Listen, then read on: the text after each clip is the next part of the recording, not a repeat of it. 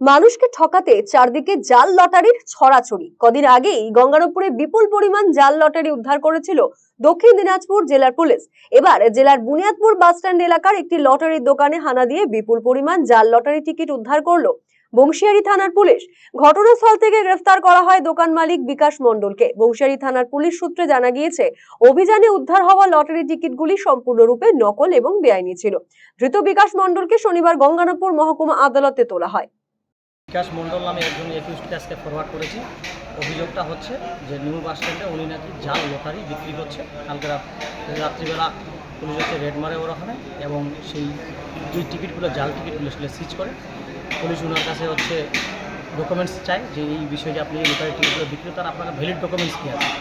এই বিকাশ মণ্ডল সেই টিকিটের পরিপ্রেক্ষিতে কোনো ভ্যালিড ডকুমেন্টস দিতে পারেনি। তার জন্য পুলিশ ওনাকে অ্যারেস্ট করে আজকে লার্নেট করে ফরওয়ার্ড করেছে। পুলিশ রিমান্ড এখনও কোনো কিছু চাই।